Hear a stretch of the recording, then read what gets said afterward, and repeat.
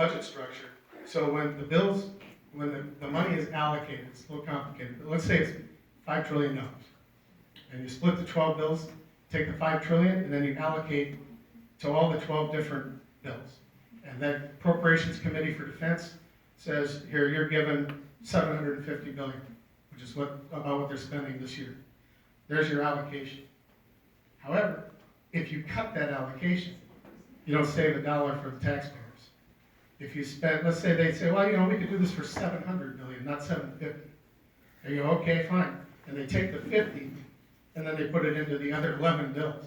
They take the money and spread it around. So once they come up with an allocation of 5 billion, that's what they're going to spend one way or the other. It never gets saved. And so I'm saying, hey, let's reform government. Let's find ways to save money. And when they go in these committees and they actually cut the monies out, let's send that to the general fund of the tax. Let's take that off the total. Let's drop it down. So that would be one way you could start spending, saving money, literally saving money for the government. But if you're looking for me to stand up here and give you a laundry list of the policies and bills and things that, it's a big problem. 23 trillion and then $1 trillion a year. And 80% of it's mandatory spending. I believe we're done now, is that correct, Carol? What? One more, oh, I'm sorry, I thought that's what you were telling me. I Keep going as long as I'm sorry, I got the wrong signal.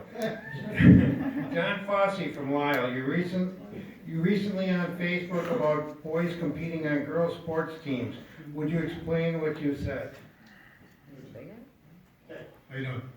Yeah, well, there was some story that came out about how a biological boy who was, transitioning to be a girl had been named NCAA Collegiate Athlete of the Week at some conference.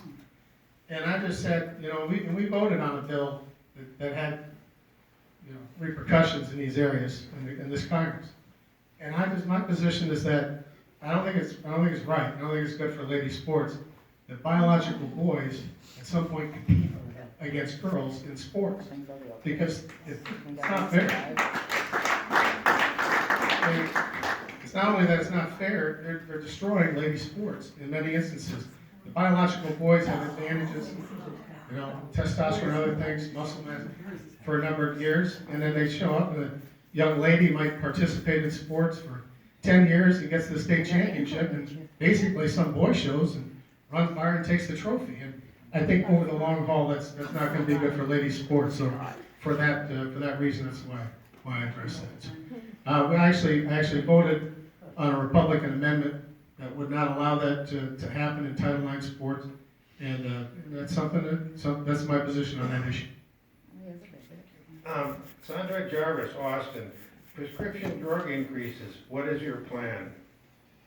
Yeah, we're here. It's breaking a lot of people and they're dying in Minnesota because they can't afford their prescriptions, sir. Yeah. Dying. Yeah. So here's the thing on the prescription drugs. First of all, not too long ago, I spent some time with a small pharmacy in the Fairmont area, let's put it that way. And they went through and explained how some of these prescriptions are written and then how they're delivered.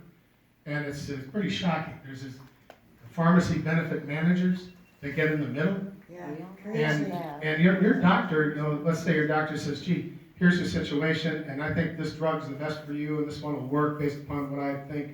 They write the prescription, you take it down to the pharmacist, and then you walk out of there with something different, and you're like, what happened here?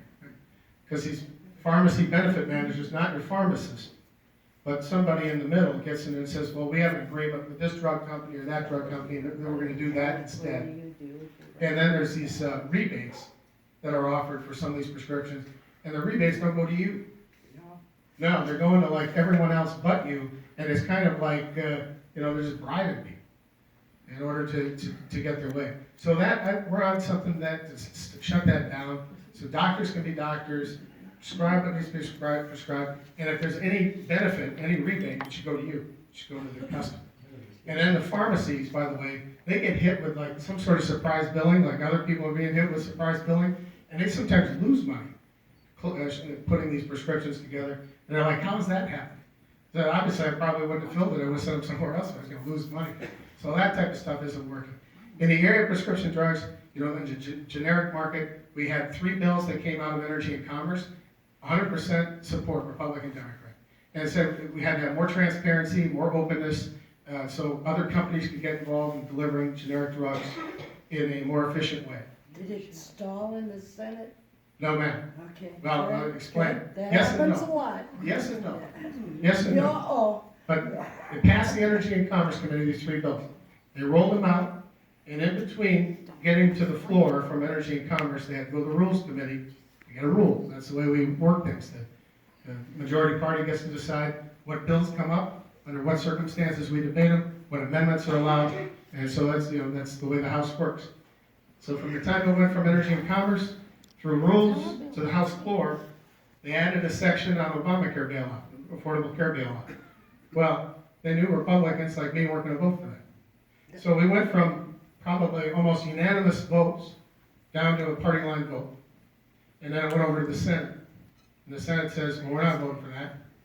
So you got to strip it out. And that's where we are. The president said, I'm not signing it. And we said, well, if the president says he's not signing it, vetoes it, I'll support it because we shouldn't be bailing out Obamacare. In our estimation, that's our view. So we want the House and the Senate to have to compromise. Hopefully they'll compromise, drop it up, we get the bill passed tomorrow, right? So that's another area where it works. I think we have to have transparency here too. How do you know how much it costs for these drugs? How do you know how much it costs even to develop? None of this stuff is understood, especially by the consumer. And then we need to get to a point where if you have some very expensive therapies that are put together, it could be, let's say, $2 billion, somebody goes out, they take capital, and they find a drug therapy that helps people with Lou Gehrig's disease. There are only 20 to 25,000 people at any one time in our country that are living with Lou Gehrig's disease. That's the average. So how's the company ever going to get their money back? 2 billion, 20 billion, it's like, geez, you'd have to charge them unheard of amounts. Nobody could afford it. So I think in those cases, Speaker Gingrich years ago had a concept of bounties, where the government would come in and say, okay, we have a panel of experts that say, yeah, this is actually going to prolong life, this is going to help their lives, this is something nobody else has. You spent this amount of money on research and development to kind of make you whole in order for people to be able to get those drugs at an affordable price. Cost of production plus, a little bit to keep the company going, something like that. There are all sorts of concepts out there that I think make sense. But what I don't think makes sense is what's coming down the road. In a few weeks, you're going to see that Speaker Pelosi is going to bring up something called H.R. 3. And H.R. 3 is socialism for prescription drugs, in my estimation. And so it's going to be the government picking winners and losers and deciding what drug companies can charge. And I don't think that's a good idea for this reason. Because the toughest, it's bad enough when you have to spend a lot of money for a drug therapy, or your insurance company or somebody has to pay a lot of money for a drug therapy that may save your life. Now, like I said, my friend Neil, hundreds of thousands of dollars for chemotherapy and other things, right? That's tough, it's expensive. But what's worse is spending $0 for no therapy. but sure, it's like drugs that exist and haven't changed in a long time. Insulin, But yeah, no, It here's just, that. it's obscene. I agree with you, amount but that- the insulin that you use today is not the same from 100 years ago. It is different. Because it's in a pump now, it has different properties, it works in a different time frame, there are differences. But I agree with you, they're subtle, and when one company has it, another company has it, before you know it, they're charging the same price and it's outrageous. I agree with you. Those types of things have to be addressed. The EpiPen thing, that shouldn't happen. I'm totally with you on that. But what I'm concerned about is when the federal government steps in and says, here's what you're gonna do, drug companies. This is how much you're gonna charge. This is how much, what's gonna happen. And I'll tell you exactly what happens. The research and development, the capital that's taken the billions of dollars to try to bring these drugs to market, to go through the FDA process, which needs to be reformed, streamlined so we can drop down the cost. It's not gonna happen. It's not gonna happen as much as it is now. The Congressional Budget Office says if Mrs. Pelosi's bill passes, at least 10 to 15 therapies over the next decade, and I think that's low, will not exist. It just won't happen because they won't go out and make the effort because they're afraid they're never gonna get their money back. It's not gonna be a profitable experience. And, and other countries, if you think other countries will pick up the slack, They're all paying no. us already. Other countries piggyback off of us. 95% of these important drugs that are brought to market are brought to market in the United States. And then other countries negotiate a price with those companies, and they get them at a far discounted rate than we get them here.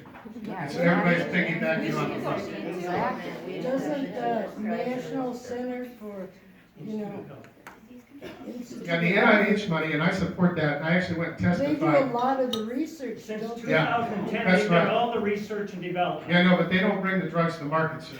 And they don't, well, no, how do you, sir, The why do you reason- pay for all those Insurance cheap- companies throw 'em off claim that they have TV, sir. expense I on appreciate and your position. development. I appreciate your You position. said it yourself. but I they don't. appreciate your position.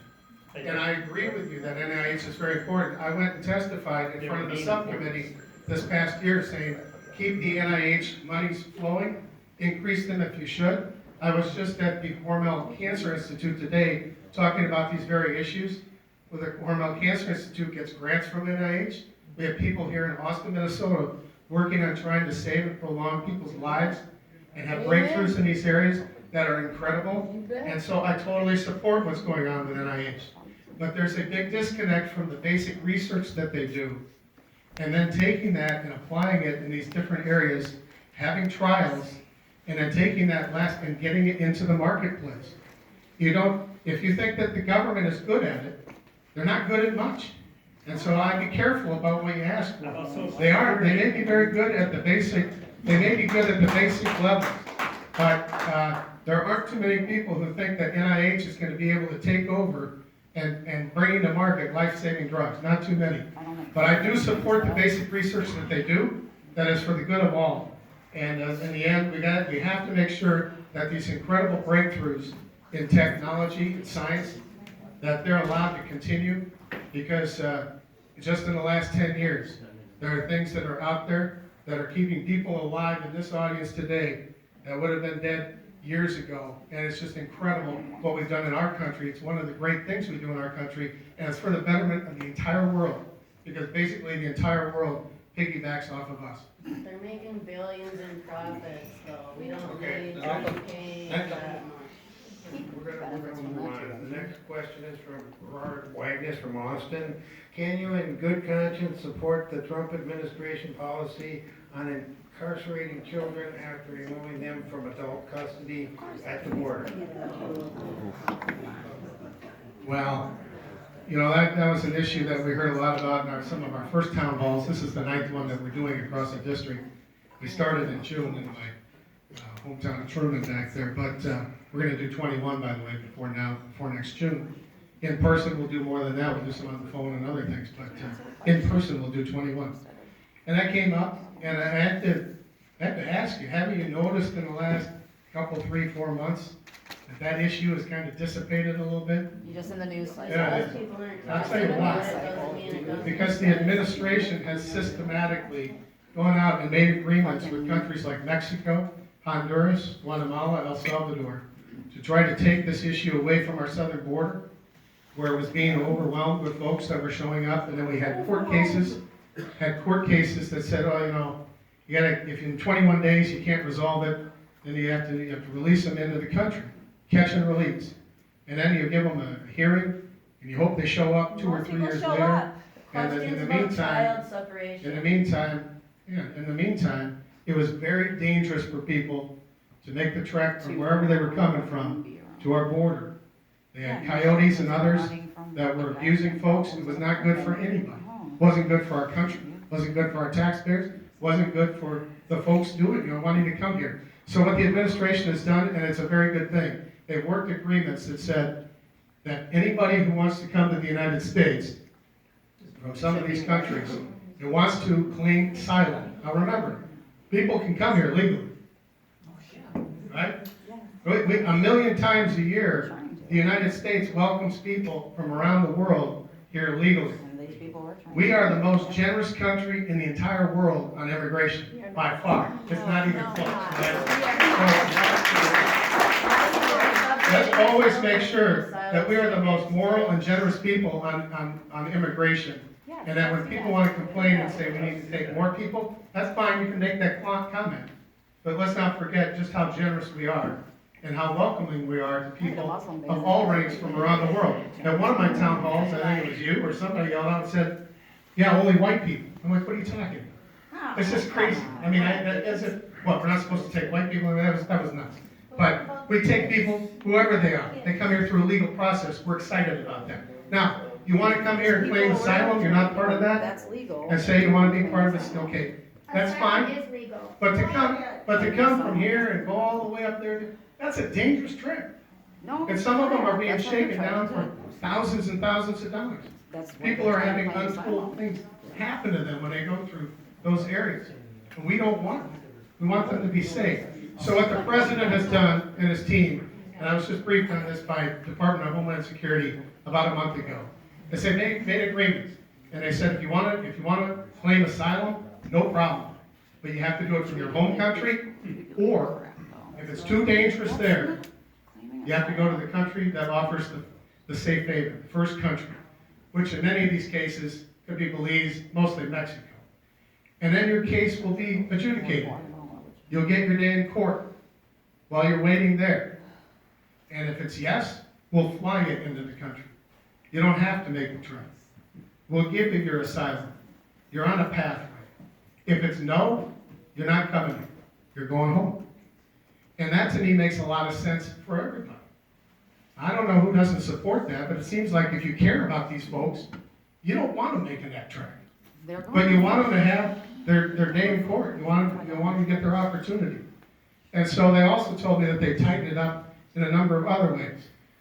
They have people in northern Mexico, and by the way, the Mexican government has come down here and started to defend their southern border, which is a good thing, because that makes sure we don't have a problem on our southern border where we can work these things out before they get here. And so that happened because the president threatened tariffs against Mexico, and everybody went crazy. 5 minutes into that, he's going to get us into a big tariff war and all this stuff. 2 weeks later, it was settled. Mexico was taking care of things. Now things are much better. Don't forget that. That was one policy where a lot of people were wrong. They said he was going to do bad things. It didn't work out. But anyway, we have another situation where a lot of people in the northern part of Mexico they're staged. They're kept. Could be thousands of them at a time. And when their case is then adjudicated, one way or the other, they're either brought in or they're sent home by plane. And we used to have to wait weeks in order to get the paperwork from Honduras or Guatemala or whatever in order to fly people back. Now that's all done electronically. So we can, one way or another, be very expedited about this. This has taken a lot of the pressure off of our border patrol and our Homeland Security people. And it's made it so we don't have these family separations and these people being in overwhelmed circumstances anymore. That seems to me what we want. But ultimately, what I stand for is a system of legal immigration that's merit-based, and to make sure that we have secure borders, and that when people fly into the country on visas, that they leave when they're supposed to leave and don't overstay their visas.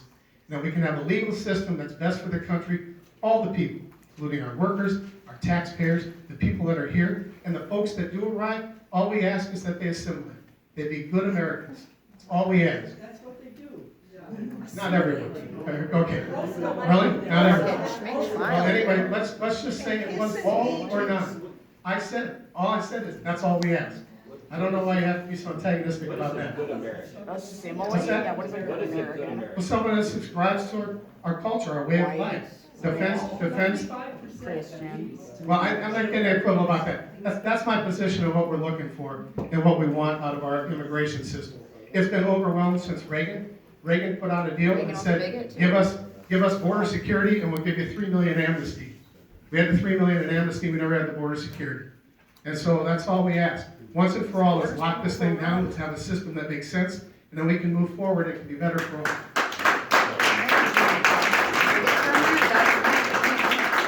Our next question is from Lindsay Waletsky from Austin. Considering the report commissioned by the Pentagon stating the U.S. military could collapse within 20 years due to climate change, what is your plan? Oh, for fuck's sake. What is your plan? I think, okay, wait. The question is at the end. The question is at the end. get to the question. What is your plan to combat climate change? Well, Do nothing, 'cause he's a. the climate has been changing since God created the world, all right? Yeah, We used to be under an ice sheet here, okay, so I mean, things have been changing. Some people believe that the things that mankind does is really 1% of all the emissions, when you get right down to it, is creating the problem. How many I scientists? don't, I don't believe that, and I'm not willing to risk the US economy and our way of life over it. And so my position is this, So. there are a lot of people out there that say, if that's true, the better way to mitigate it would be to deal with the effects and move people around rather than try to turn economies upside down. So what I don't believe is the Green New Deal. I'm not going to support the Green New Deal, all right? The Green New Deal will change our way of life as we know it. It will drive up the cost of energy in all the sectors. And when you have higher cost energy, that's like the worst thing you can do for your economy and for people. Because you're paying more for the same stuff and you have less money in your pocket, less disposable income, and the price of every product and service in the economy skyrockets when you have higher priced energy. Ask a farmer, 40% of the cost of a bushel of corn for production is energy. You drive up the cost of energy for a farmer, all of a sudden they're not productive, they go out of business. We want to keep them in business, we want to sustain it. So here's my position on energy. This is where it comes down. I'm an all-the-above person. I believe that we should have affordable, abundant, reliable U.S. energy, if at all possible, to keep the downward cost of energy for the American people, so our economy can thrive, so we can be competitive around the world, so people can live their lives as best they can with as much disposable income as possible, and that all the above includes an array of sources, including renewables, but we have to understand renewables are intermittent energy. They're not baseload power, for instance, on electricity. We can perhaps get there someday. We can perhaps do it in an efficient way someday, but right now that's not possible.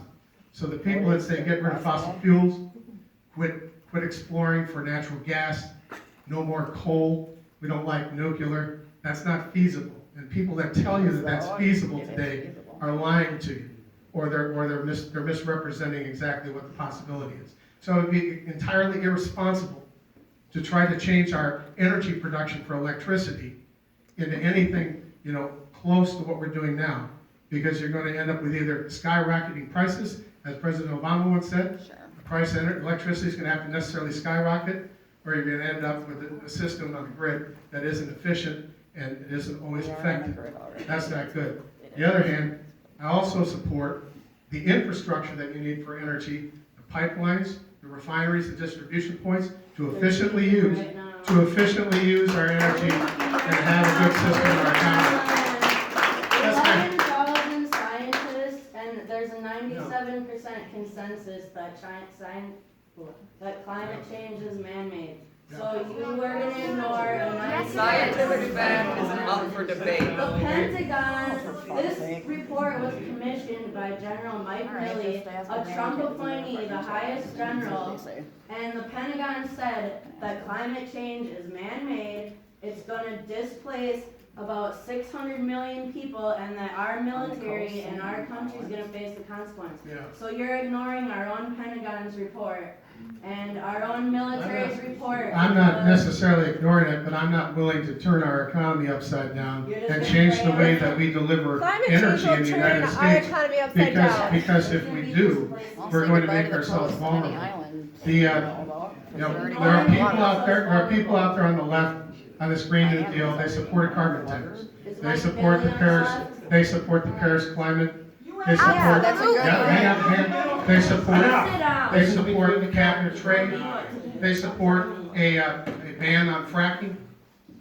Right, so if you don't like coal, it still delivers 25-30% of our electricity across this country, in many areas even more than that. And you want us to move to something else other than coal, and you want to modernize those coal plants, what are you going to modernize them with? We're not gonna have coal Was this plants. a We're gonna riddle? move into the Well, future. Well, Just like okay, we so don't if use a power third plants. of your electricity, let's just say here, and it's not quite that in Minnesota, but let's say in a state, a third of your electricity is generated by a coal-fired plant, and you want to move on to something else, in the 12 years that the United Nations and others always tell us, we need to do something or we're It's in all dire these straits. never-ending wars Well, hang for on. oil, So what butter, they always want you to do is convert the coal-fired plant into one run by natural gas. Natural gas is a little cleaner burning, and now we have an abundant 400-year supply of natural gas at historic low rates. And that's only possible for one way, fracking. Who supports fracking? There's other ways. Who to supports create fracking? energy. Who supports going out and exploring for oil and gas? So, you're a little bit conflicted. You want us to go cleaner, but you don't want us to go get the natural gas that's gonna make us cleaner. I'll give you another example. Everybody likes renewables, solar, wind. Who doesn't like that, right? Okay, that's fine. It's not a panacea at this point because we don't have the battery storage technology to efficiently capture that energy. Yeah, we do. They do And in use it as China. space. We don't. It has never been proven. There's a demonstration project in Australia, but it's not proven. It may be very expensive, it may not work. So here's the thing. Maybe someday we get there. I have no problems with that. But for now, we're not gonna get there.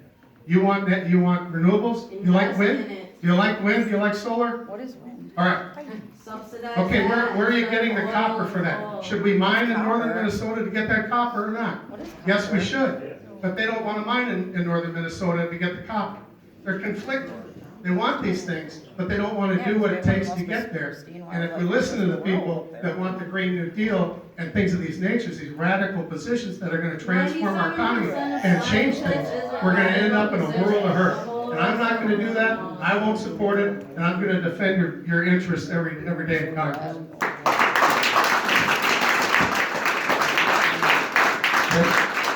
Representative This is Hagedorn? gonna be our last question. I have From Italy, Isley.